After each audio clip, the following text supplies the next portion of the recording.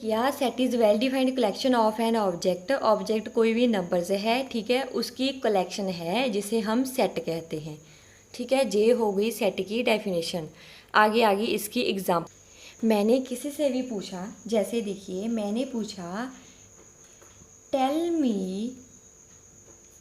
Me the first 3 natural numbers. मैंने किसी से भी पूछा कि मुझे पहले 3 नेचुरल नंबर्स के बारे में बताइए। ठीक है, तो सबका आंसर क्या आएगा कि नेचुरल नंबर वो होते हैं जो हमेशा 1 से स्टार्ट होते हैं। ठीक है, 1 2 3, ये हो गए पहले 3 नेचुरल नंबर। ठीक है, अब और एग्जांपल देखिए। मैंने किसी से भी पूछा कि इंग्लिश के वॉवल्स क्या होते हैं। जैसे इंग्लिश में वॉवल्स कौन कौन से होते हैं। अब ये एक कांस्टेंट टर्म है, ठीक है, वॉवल्स, जिसे हम चेंज नहीं कर सकते। सभी का आंसर क्या होगा, ए ई आई ओ यू, ये सभी वॉवल्स हैं। ठीक है, मतलब ये पहले से ही वेल डिफाइंड है, जिसे हमने कोई भी चेंज नहीं किया। हर एक की ऑप्शन का आंसर यही देगा, तो ये हो गया वेल डिफाइंड। तो ये भी एक सेट की डेफिनेशन हुई।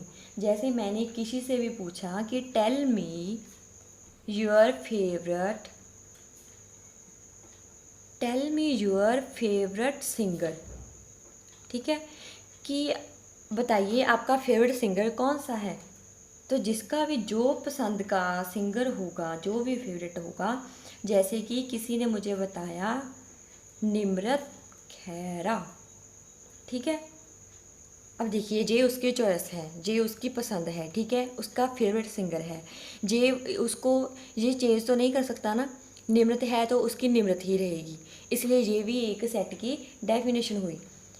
जैसे मैंने पूछा कि रिवर ऑफ इंडिया, ठीक है, तो हमें मालूम है कि इंडिया में रिवर्स सरस्वती, जमुना, ठीक है, सभी रिवर्स हैं जो, ठीक है, वो अलग अलग हमारे इंडिया में ही हैं।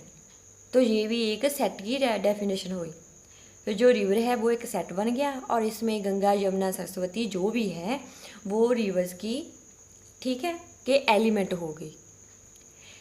देखिए सेट को हम कैसे लिख सकते हैं, ठीक है, इसकी रिटर्न फॉर्म क्या है। जो सेट है, अब देखिए set is always return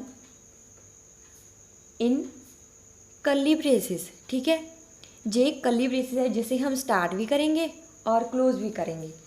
curly braces and in capital letters. अब जो सेट है इसे हम हमेशा कैपिटल लेटर में रिप्रेजेंट करेंगे। ठीक है, इसे हम छोटी ए, छोटी बी, छोटी सी ऐसे रिप्रेजेंट नहीं कर सकते।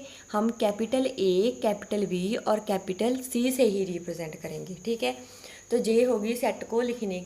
हम मैथ में, ठीक है, मैथमेटिकली हम इसे कैसे लिख सकते हैं। जैसे कि मैंने एक एग्ज़ाम्पल ली, मैंने एग्ज़ाम्पल में क्या लिखा, देखिए मैंने एक सेट लिया, मैंने लिखा ए इज इक्वल टू 1 2 3 4 5 6। मैंने इसमें 6 एलिमेंट को लिया, ठीक है, 6 एलिमेंट लिए। जे जो है, जे इसके एलिमेंट हैं, कैपिटल ए है, जे सेट है जिसे मैंने ए से ही रिप्रेजेंट करवाया, और एलिमेंट को मैंने 1 2 3 4 5 6, ठीक है, पहले 6 नेचुरल नंबर को रिप्रेजेंट कर दिया।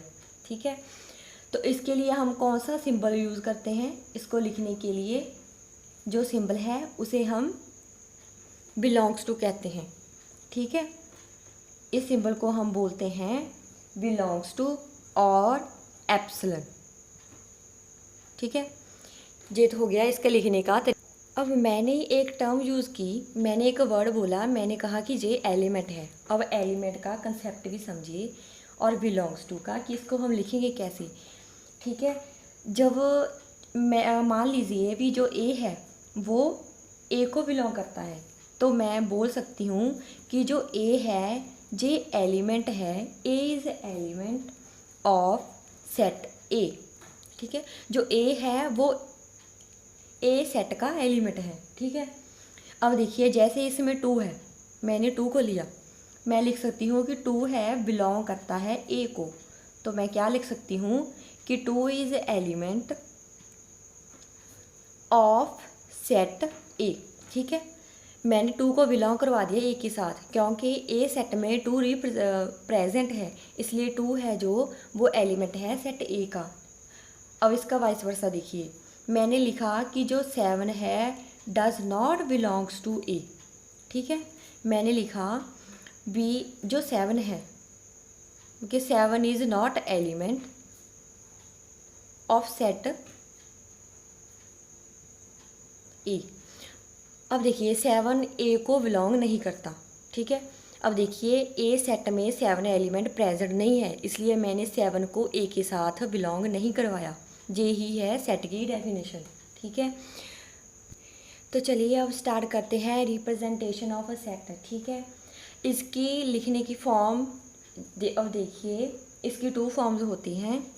पहली क्या है, जिसे हम बोलते हैं रोस्टर फॉर्म, ठीक है, रोस्टर फॉर्म कहते हैं, और हम इसे टेबुलर फॉर्म भी कहते हैं, टेबुलर फॉर्म, ठीक है। ये तो हो गए इसके 2 नेम्स, हम इसे रोस्टर फॉर्म कहते हैं और टेबुलर फॉर्म भी कहते हैं, ठीक है।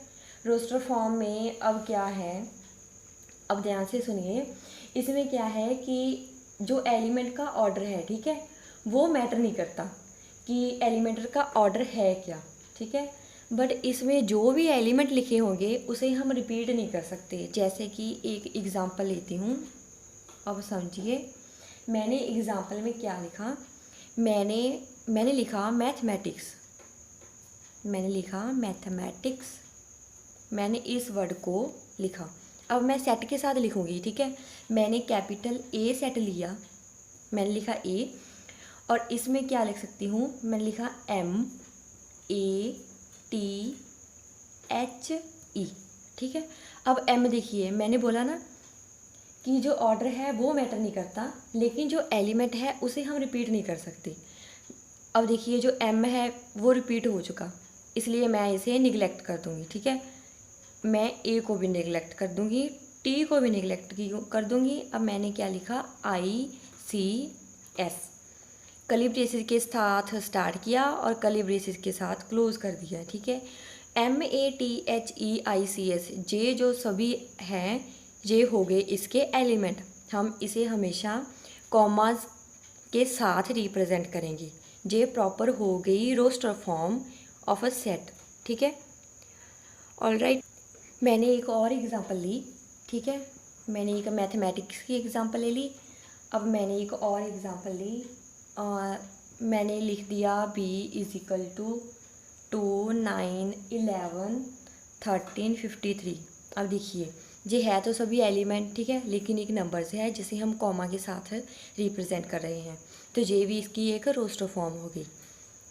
अब सेकंड इसकी फॉर्म क्या आती है, सेट बिल्डर फॉर्म, ठीक है। सेकंड फॉर्म क्या है इसकी, सेट बिल्डर फॉर्म। अब देखिए हमारे साथ ऐसा तो नहीं होगा कि हम नंबर्स को ऐसे ही रिप्रेजेंट करते रहेंगे एलिमेंट्स की फॉर्म में, ठीक है। कोई भी है एलिमेंट उसे हम ऐसे ही सेट में रिप्रेजेंट करते रहेंगे। हमारे पास ऐसा भी हो सकता है कि कभी कभी हमारे पास बहुत सारे एलिमेंट हो, लेकिन हम उसे ऐसे कैसे रिप्रेजेंट कर सकते हैं, ठीक है। बहुत से एलिमेंट हो तब सेट बिल्डर फॉर्म का हम यूज़ करते हैं। जैसे कि मैंने लिखा, एग्ज़ाम्पल देखिए, मैंने एक एग्ज़ाम्पल ली, मैंने एक सेट लिया जिसमें मैंने लिखा, अब देखिए मैंने लिख दिया इज़ एन इंटीजर, है ना, x is an integer and -2 is less than x is less than 3। अब देखिए ये एक सेट बिल्डर फॉर्म है, इसे हम सेट बिल्डर फॉर्म कहते हैं। मैंने लिखा x, अब जो ये सिंबल है इसे हम बोलते हैं is such that, is such that. इस सिंबल का मतलब क्या है, इसे हम बोलेंगे इज़ सच दैट। मैंने सेट लिखा A = x such that x is an integer and x is greater than -2 and less is 3, ठीक है। मीन्स x है जो इंटीजर है और जो x है वो -2 से ग्रेटर होना चाहिए और लेस होना चाहिए 3 से। जे तो होगी इसकी एक सेट बिल्डर फॉर्म। अब हम इसे कन्वर्ट कर देते हैं, कन्वर्ट इनटू रोस्टर फॉर्म। ठीक है, मैंने सेट बिल्डर फॉर्म को रोस्टर फॉर्म में कन्वर्ट किया। जैसे देखिए मैंने क्या लिखा, मैंने वैसे ही एक ए सेट लिखा। इसमें क्या कंडीशन थी, एक्स इज़ एन इंटीजर। हमें मालूम है कि इंटीजर कौन कौन से होते हैं। ठीक है, जैसे कि हमने किया है, मैंने बोला था इंटीजर वो होते हैं जो बोथ पॉजिटिव और नेगेटिव नंबर्स होते हैं। ठीक है, बोथ पॉजिटिव और नेगेटिव वैल्यूज़ आती हैं। अब देखिए अगर हम इसे कन्वर्ट करें रोस्टर फॉर्म में तो हम क्या लिखेंगे, एक्स है जो -2 से ग्रेटर होना चाहिए। जैसे कि नंबर लाइन पर देखिए 0, 1, 2 और 3 है। ठीक है, ये पॉजिटिव वैल्यूज़ होगी और -1, -2, -3 ये नेगेटिव वैल्यूज़ होगी। कंडीशन क्या है, एक्स ग्रेटर होना चाहिए -2 से, -2 से ग्रेटर होना चाहिए, ग्रेटर वैल्यूज़। ठीक है, राइट हैंड साइड को भी मैंने लिखा -1, 0, 1 एंड 2। ठीक है, बिकॉज कंडीशन क्या है, जो एक्स है 3 से लेस होना चाहिए, मीन्स 3 उसमें इन्वॉल्व नहीं है, उससे लेस वैल्यूज़ हैं, इसलिए मैंने इसे लिख दिया -1, 0, 1, 2। जे हो गई इसकी roster form. Set builder form को हमने रोस्टर फॉर्म में कन्वर्ट कर दिया। जे हो गई इसकी रिप्रेजेंटेशन। ठीक है, अब हमने क्या कर लिया, रिप्रेजेंटेशन ऑफ अ सेट। हम इसे रोस्टर फॉर्म में भी लिख सकते हैं और सेट बिल्डर फॉर्म में भी लिख सकते हैं। इसकी 2 फॉर्म्स होती हैं।